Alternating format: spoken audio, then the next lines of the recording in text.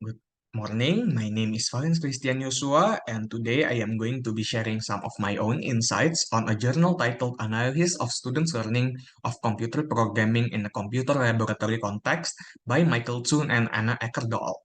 This study delves into the challenges students often encounter in learning computer programming, particularly focusing on the intricate interaction between theory and practice within laboratory sessions.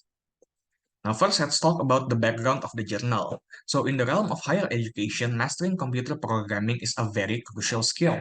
However, persistently high failure rates underscore its inherent difficulty.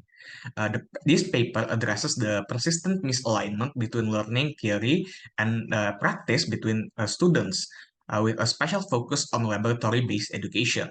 By leveraging phenomenography and variation theory, the authors are trying to emphasize the importance of understanding the complex relationships between these two critical components.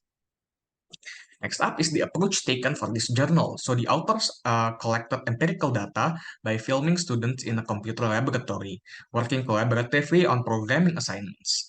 Now the analysis unfolds in three key phases, that being the identifying threats of learning, discerning dimensions of variation, and the third being describing the variation that leads to new insights.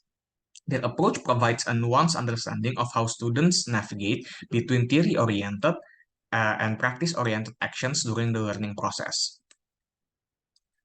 Next up is the application to empirical data. So here, to illustrate the methodology used, let's delve into a comparing example. So the empirical data were gathered during a lab session where students were grappling with methods with return value in Java. A distinct threat of learning emerged as students recognize the significance of return types in their method declarations.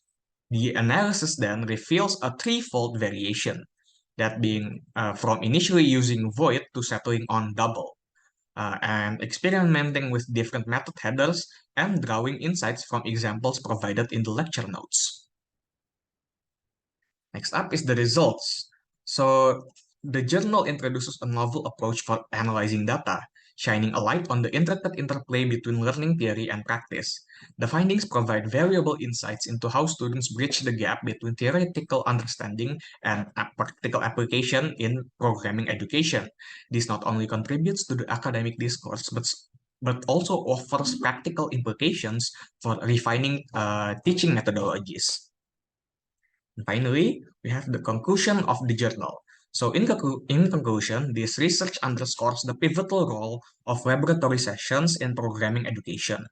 A nuanced comprehension of the dynamic interaction between theory and practice is essential for enhancing the learning outcomes of these sessions among students. And as we continue to explore the realms of computer programming education, these insights offer a more robust foundation for refining teaching methodologies and fostering a more effective learning environment between students, which balances the theoretical and practical side of programming. And that's it for my presentation. Thank you for listening.